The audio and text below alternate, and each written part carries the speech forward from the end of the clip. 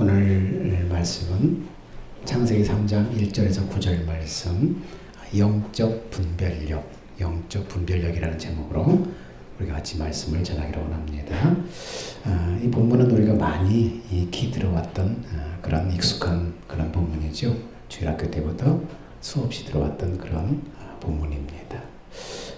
오늘 본문 속에서 성도의 지혜는 뭐냐?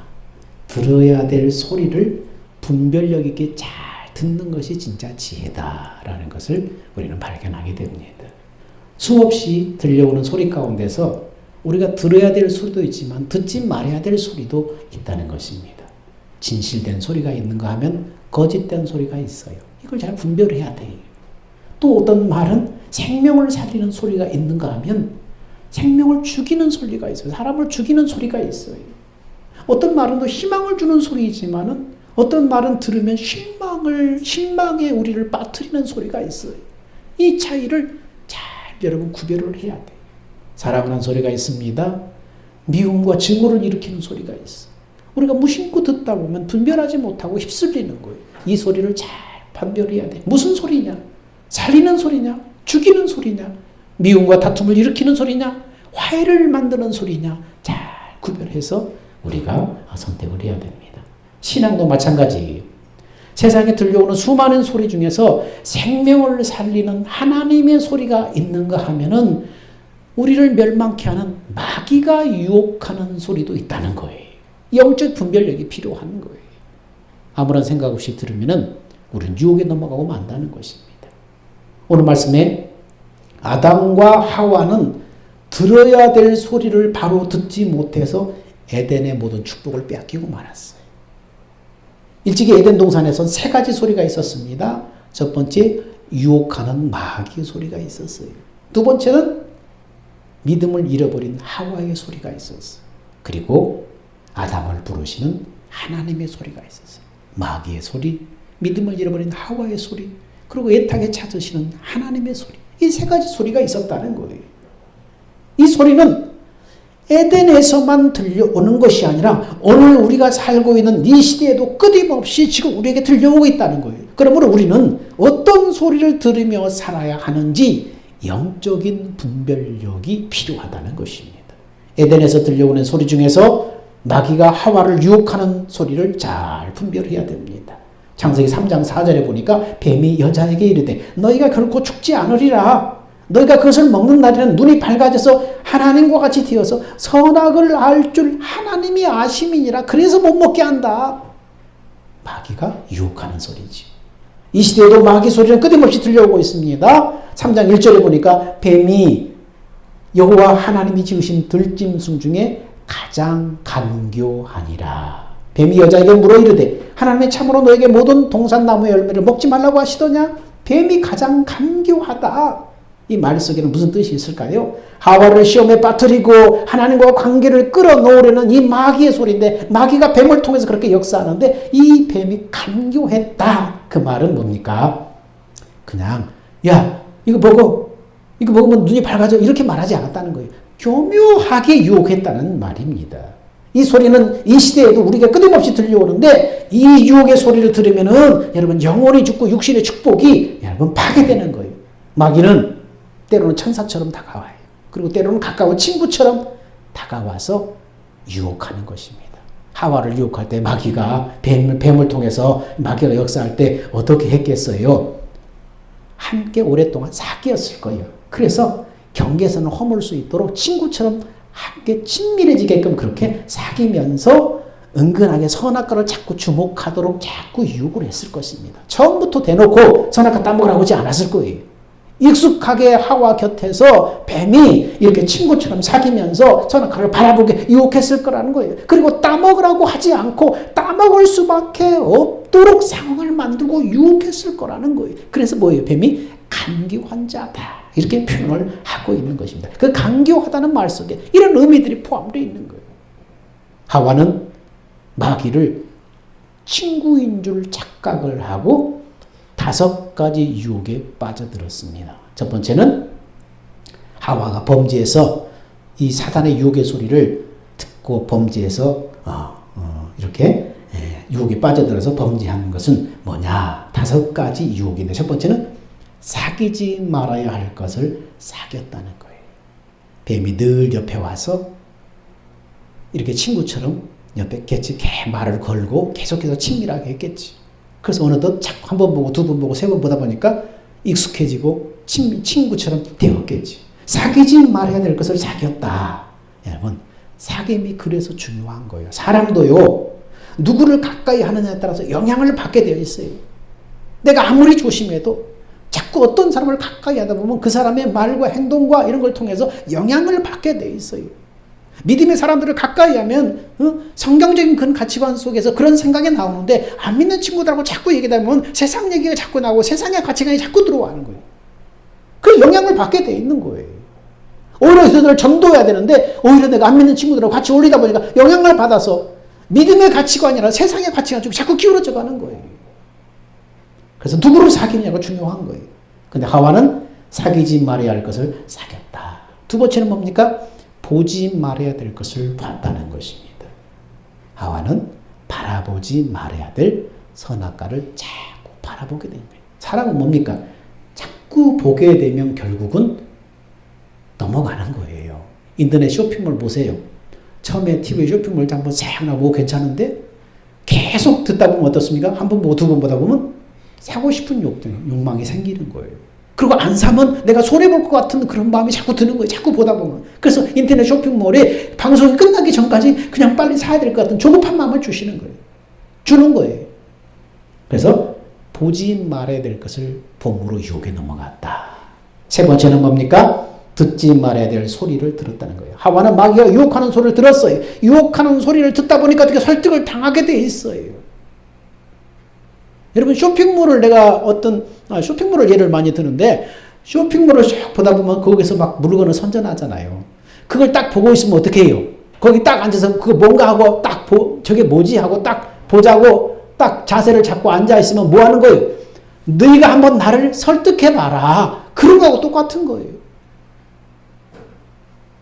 그래서 쇼핑몰에서 그 쇼핑 그 사람 그 선전을 앞에서 막 한 사람 뭐라고 그러죠? 쇼호스트인가 뭔가. 그 사람이 그 주어진 시간 안에 텔레비전 보고 있는 나를 설득하는 거예요. 설득하는 거예요. 내가 그걸 딱 치다 보면 나 한번 설득해봐. 그러고 가만히 앉아있는 거하고 똑같은 거예요. 그러니까 처음부터 듣지 말아야 할 소리라면 아예 차단을 해야 되는데 그래 나 한번 설득해봐. 그러고 딱 앉아있으면 설득을 당하는 거예요. 그러므로 처음부터 저거 듣지 말아야 돼. 그러면 듣지 말아야 돼요. 자, 하와는 어떻습니까? 마귀가 유혹하는 소리를 들었어요. 듣다 보니까 설득을 당했어요. 그러네? 하나님이 정말 못 따먹게 한 이유가 그거야? 설득을 당하게 된 거예요. 그리고 먹지 말아야 될 건 손을 대서 먹고 말한 거예요.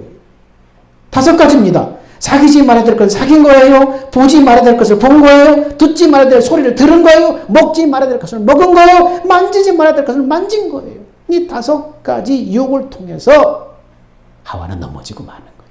마귀도요. 오늘 우리를 유혹할 때 이런 것을 통해서 유혹하는 거예요.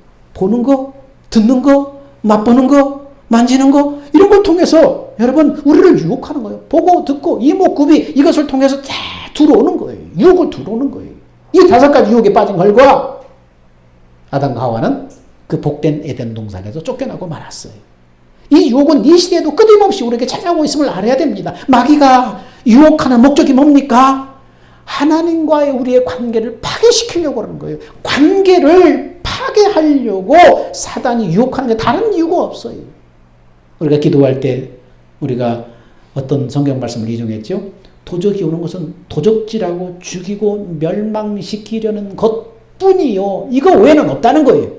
마귀가 사람들을 유혹하는 것은 유혹해서 죄에 빠지게 하는 것은 우리의 건강과 물질과 우리의 영생을 도둑질하는 거예요. 그리고 파괴시키는 거예요. 그리고 우리를 멸망시키려는 거예요. 같이 지옥으로 끌고 들어가게 하는 거예요. 이거 외에는 없다는 거예요. 멸망시키려는 것뿐이요. 이 도적 마귀가 우리를 유혹하는 목적은 딴 거 아니에요. 우리를 복되게 하려고 복받게 하려고 아니에요. 여러분.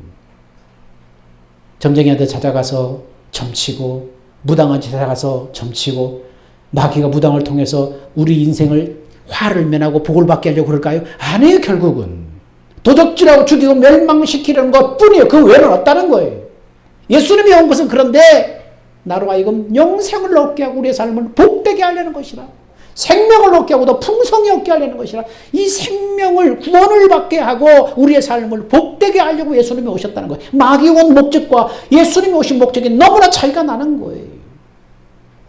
마귀 유혹하는 목적은 하나님과 관계를 파괴하는 데 있어요. 마귀가 유혹이 올 때 마주쳐서 싸워야 될 때도 있지만 또 하나는 뭡니까? 피해야 될 때도 있는 거예요.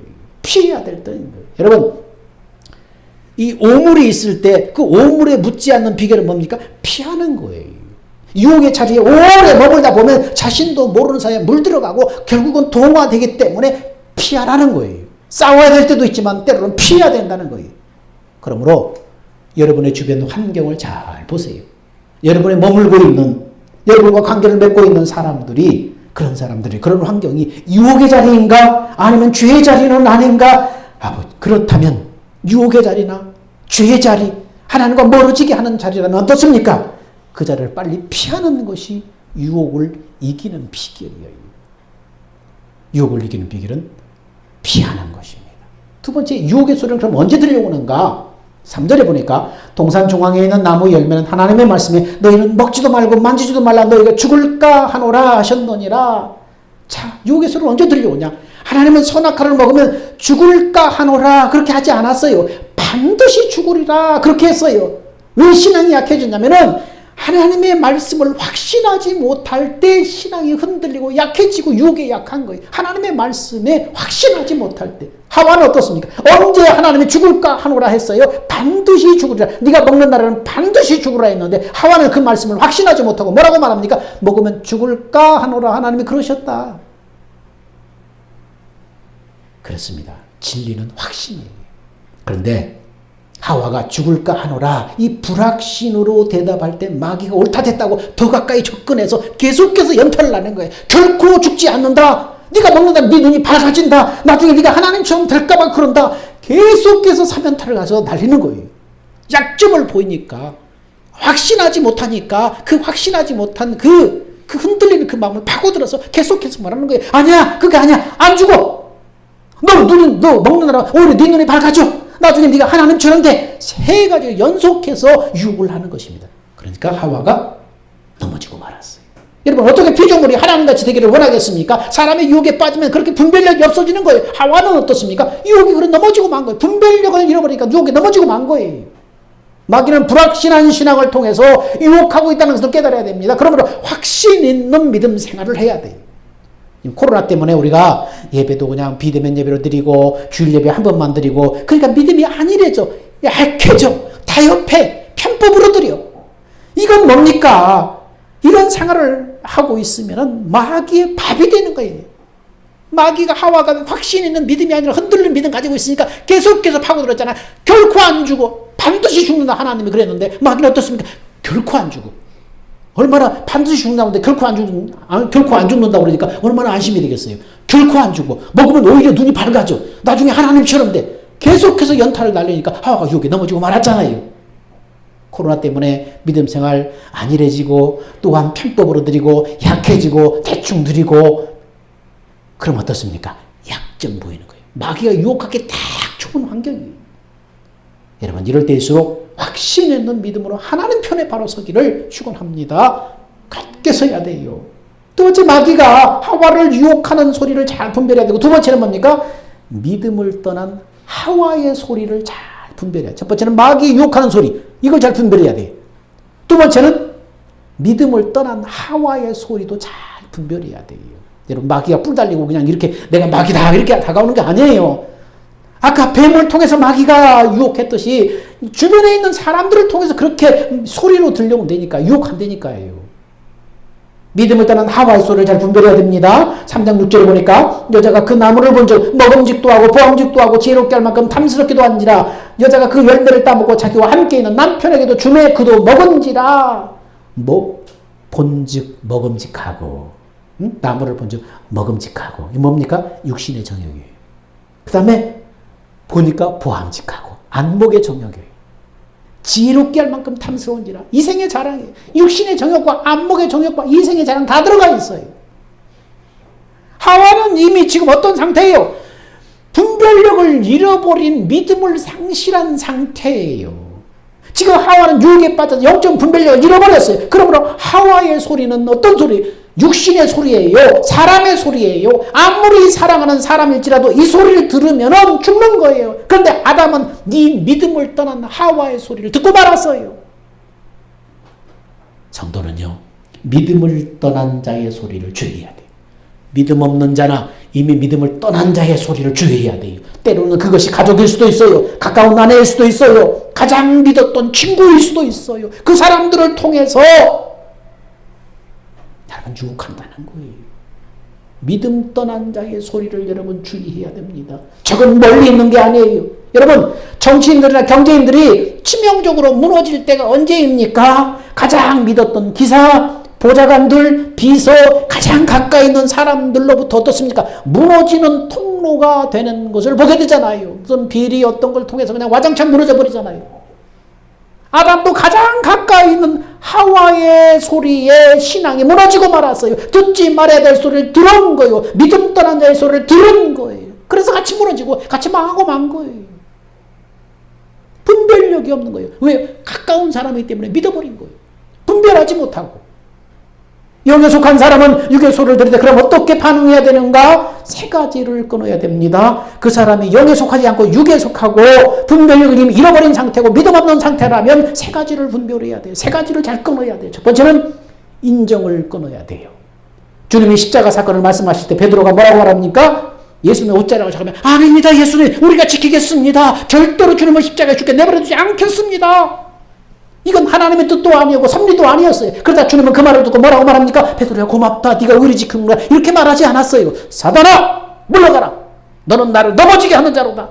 예수님은 한 번에 단번에 거절하면서 단호하게 끊어버렸어요.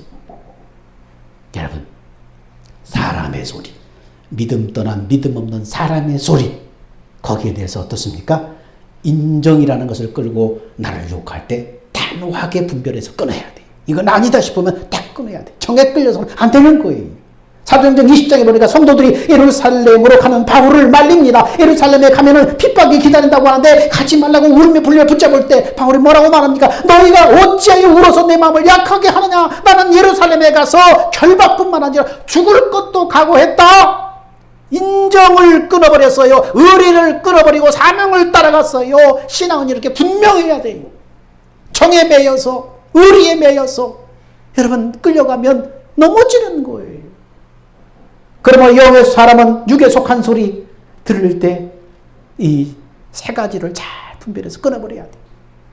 믿음으로 살지 못하게 정에 끌려서 이렇게 할 때 여러분 말씀에 비추어서 아니다 싶으면 딱 끊어버려요. 두 번째는 뭡니까? 영의 사람은 육의 소리를 들을 때 애정도 잘 정리해야 됩니다.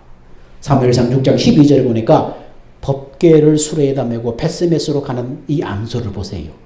이미 젖떨어진 인제 젖떨어진 새끼 송아지가 뒤에서 엄마 울면서 따라옵니다. 근데 그걸 떼어놓고 법궤를 싣고 베스메스로 가는 암소를 보세요. 거기에 말씀해 보니까 사람이나 짐승이나 모석이라는 것은 굉장히 강한데 그럼에도 불구하고 새끼 소가 엄마를 부르는 소리를 들으면서도 베스메스로 가는 소는 뒤돌아보지 않았다고 기록하고 있어요. 자루랑으로 치우치지 않았다는 거예요. 베스메스 길을 향해서 끝까지 갔다는 거예요. 이것이 뭐예요? 성도의 진정한 성도의 모습이에요. 이렇게 살라는 거예요. 이 애정, 이 청에 못 이겨가지고 네 사명의 길을 벗어나지 말고 또 유혹에 넘어가지 말고 말씀에 비추어서 아니다 싶으면 모성이라고 할지라도 지금 베스메스로 가는 암소는 끊어버리고 사명의 길을 가잖아요. 뒤돌아보지 않잖아요. 좌우로 치우치지 않잖아요. 이렇게 성도가 살아가야 된다는 것을 말하고 있습니다. 세 번째는 뭡니까? 개인적인 사정도 뛰어넘어야 됩니다. 어쩔 수 없었어. 이거 합리화, 변명하면 그때부터 신앙이 무너지기 시작하는 거예요. 환경과 타협하면서 동화될 때부터 세속화되기 시작하는 거예요. 신앙은 뭡니까? 환경을 뛰어넘는 거예요. 조건을 초월하는 거예요. 그럴 때 비로소 하나님의 역사를 경험하게 되는 것입니다. 사람의 소리는 하나님을 기쁘시게 해드릴 수가 없어요. 믿음을 잃고 하나님을 떠난 그 육의 소리가 인정으로, 때로는 애정으로, 때로는 개인적인 사정으로 들려올 때 단호하게 거절함으로 유혹을 잃은 여러분 되기를 축원합니다. 그러면 성도는 어떤 소리를 들어야 되는가? 어떤 소리를 들어야 되는가? 에덴에서 들려오는 소리 중에서 우리는 어떤 소리를 들어야 되는가? 성도는 하나님의 소리를 들어야 돼요. 하나님의 소리. 3장 8절에 보니까 그들이 그날 바람이 불 때 동산에 거니시는 여호와 하나님의 소리를 듣고 아담과 그의 아내가 여호와 하나님의 낯을 피하여 동산나무 사이에 숨은지라 여호와 하나님이 아담을 부르심에 그에게 이르시되 네가 어디 있느냐? 하나님의 소리를 언제 들려와요? 기도할 때 하나님의 소리가 들려오는 거예요. 기도라는 것은 뭡니까? 혼자 독백하는 게 아니에요. 기도는 방법을 찾는 게 아니라 하나님을 찾는 게 기도예요. 하나님을 찾아서 그 하나님의 임재 속에서 하나님의 음성을 듣는 거예요. 우리가 코로나로 인해서 우리가 기도회를 갖지 못하지만 예배당문은 24시간 항상 열려 있어요. 개인적으로 와서 하나님을 찾고 하나님의 임재 속에 머물다 가는 거예요. 하나님을 가까이 해야 돼요. 기도해야 삽니다. 하나님은 가장 좋을 때에 가장 좋은 방법으로 우리의 기도에 응답하시는 분이에요. 내 뜻대로 내가 요구하는 것 안 들어준다고 그 하나님이 응답하신다는 게 아니라 하나님이 보실 때 우리에게 가장 좋은 것, 가장 좋은 때 주시려고 예비하시는 거예요. 또한 잘못 살았을 때도 하나님의 음성이 들려옵니다.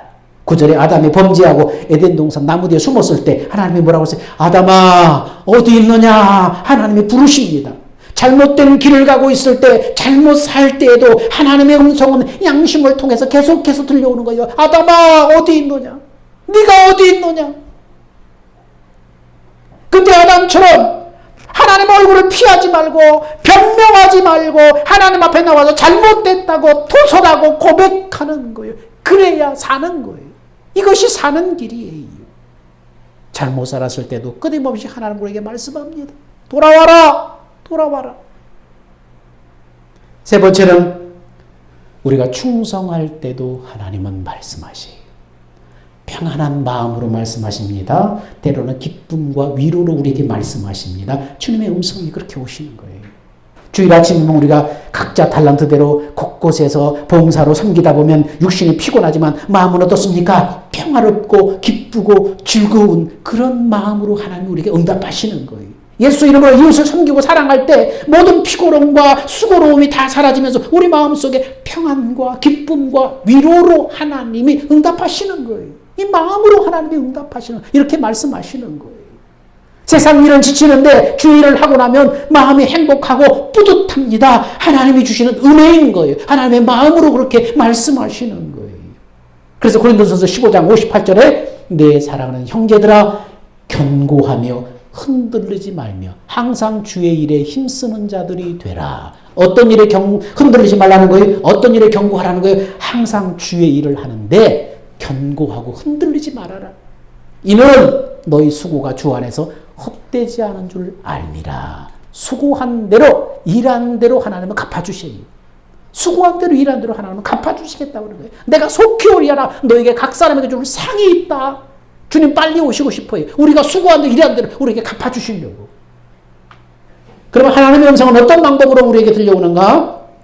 히브리서 10장 16절에 그렇게 말씀합니다. 주께서 가라사대 그날 후로는 저희와 세울 언약이 이것이라 하시고 내 법을 저희 마음에 두고 저희 생각에 기록하리라. 하나님이 십자가를 통해서 복음을 완성하시고 우리가 세우신 새 언약이 뭐냐?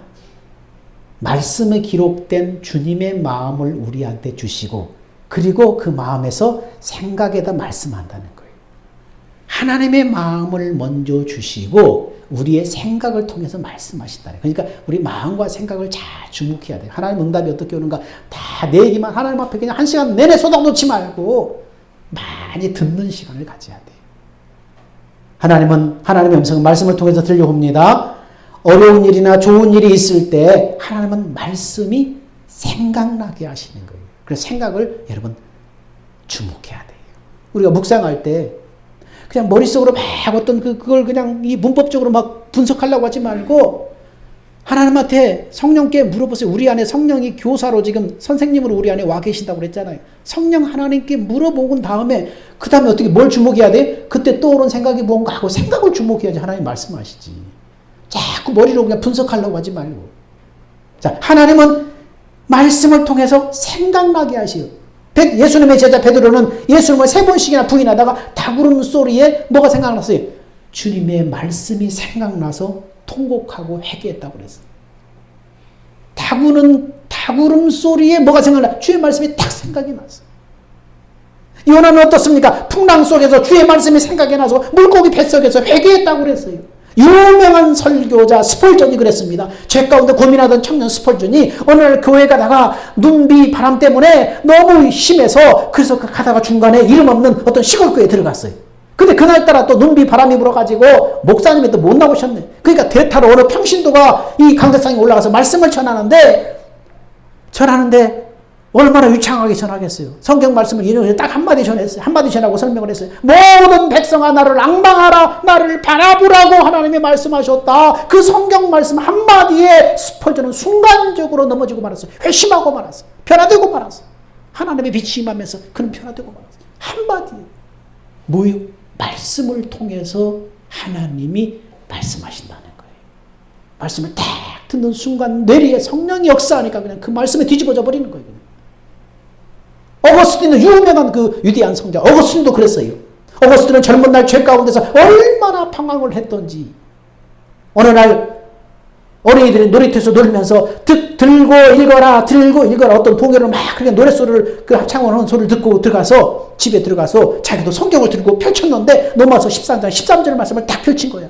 낮에와 같이 단정히 행하고 방탕과 술 취하지 말며 음란과 호색하지 말고 쟁투와 시기하지 말며 오직 주 예수 그리스도로 옷 입고 정욕을 위해서 육신의 일을 도모하지 말라. 이 말씀을 듣는 순간적으로 그 안에 신앙의 빛이 임하고 의심의 구름이 거치면서 그 순간부터 오랜 신앙적인 육체적 방종을 끝내버리고 인격적인 변화를 경험하면서 세상적 야망이 다 포기되어 버렸습니다. 하나님의 은혜가 임하니까. 오거스틴이 젊은 날 그렇게 살아요. 육신적으로 너무나 방탕하면서 막 헤맸거든. 헤매고 방탕하고 방황했거든. 말씀 한마디가 일생을 바꿔버리는 거예요. 여러분도 하나님의 말씀이 여러분 속에 항상 들려온다는 것을 깨닫고 기도하고 말씀에 주목하는 여러분 되기를 축원합니다. 또한 하나님의 음성은 아까도 얘기했지만 양심을 통해서도 들려와요. 양심은 모든 피조물 중에서 인간에게만 준 하나님의 선물이에요. 양심은 마치 나치판과 같아요. 나치판이 북쪽과 남쪽을 딱 가르치듯이 이 양심 뭡니까? 선과 악을 딱 깨닫게 만드는 거예요. 이건 안 된다. 이건 좋은 거다. 선악을 딱 깨닫게 하는 역할을 하는 것입니다. 근데 인간이 타락할 때 이 양심마저도 다 부패하고 말았어요. 신학 용어로 이것은 전적 부패라고 그래요. 전적 부패. 인간이 타락할 때, 죄인 될 때 전적으로 다 타락해 버렸어요. 차로 말하면 고칠 수 없을 정도로 망가져서 폐차시켜야 될 정도로 그렇게 망가져 버렸어요. 폐차시키고 어떻게 새 차로 다시 뽑아야 할 정도로. 인간이 그렇게 타락할 때 그렇게 전적으로 부패하고 말았다는 거예요. 그래서 새 차로 다시 뽑은, 예수 믿고 새 차로 다시 뽑은 생명이 뭡니까? 예수 믿고 하나님의 자녀로 태어난 새 생명이 바로 이 새 생명이 바로 새 차. 폐차시키고 다시 뽑은 새 차라고 할 수 있어요. 예수 믿고 그 거듭난 생명에서 나오는 이 양심을 성경은 뭐라고 하냐면 믿음의 양심, 선한 양심, 착한 양심, 깨끗한 양심, 청결한 양심이라고 성경은 이렇게 말씀하고 있어요. 이런 단어들로 계속해서 양심을 말하고 있어요. 예수 믿기 전에 양심과 예수 믿고 나서 거듭난 생명에서 나오는 양심은 다르다는 거예요. 디모데전서 3장 9절은 집사의 자격을 명할 때 깨끗한 양심의 믿음의 비밀을 가진 자라야 할지니라. 예수 믿고 나서 그 양심을 여기서 깨끗한 양심이라고 표현하고 있어요. 깨끗한 양심. 새로운 생명에서 나오는 양심이에요.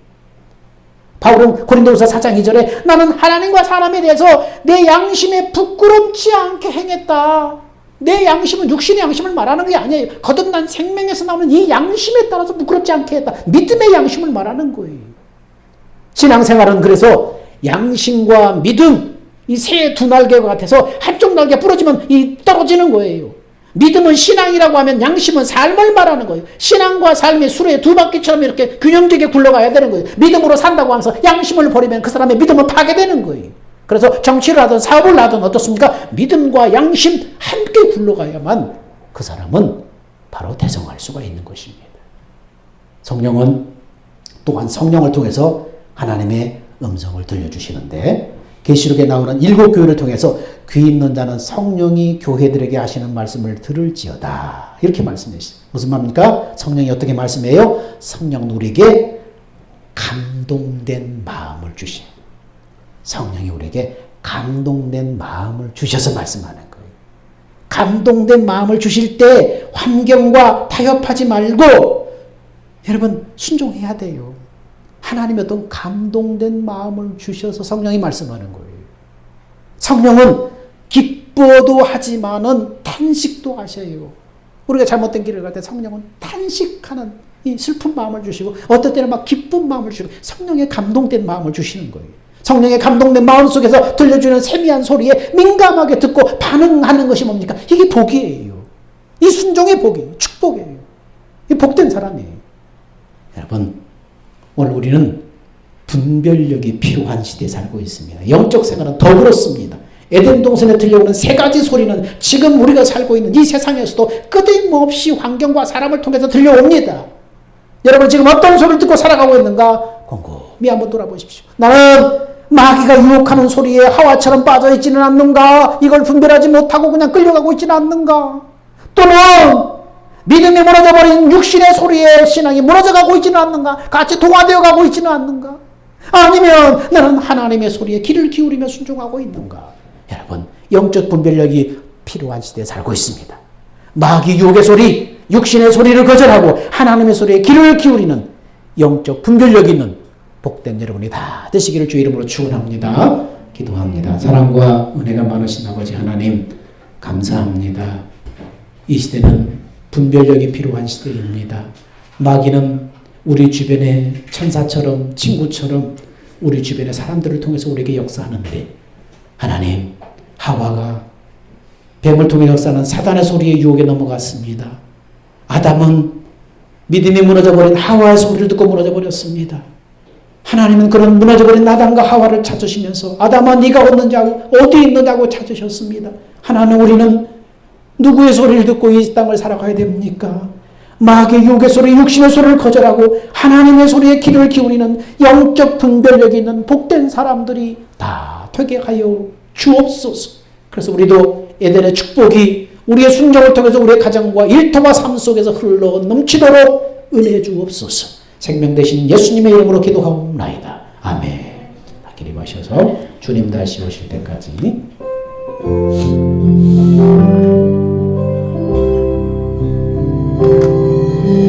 주님 다시 오실 때까지 나는 이 길을 가리려 좁은 길 나의 십자가 지고 나의 가는 이 길 끝에서 나는 주님을 보리라. 영광의 내 주님 나를 맞아주시리. 주님 다시 오실 때까지 나는 일어나 달려가리라. 주의 영광은 땅 덮을 때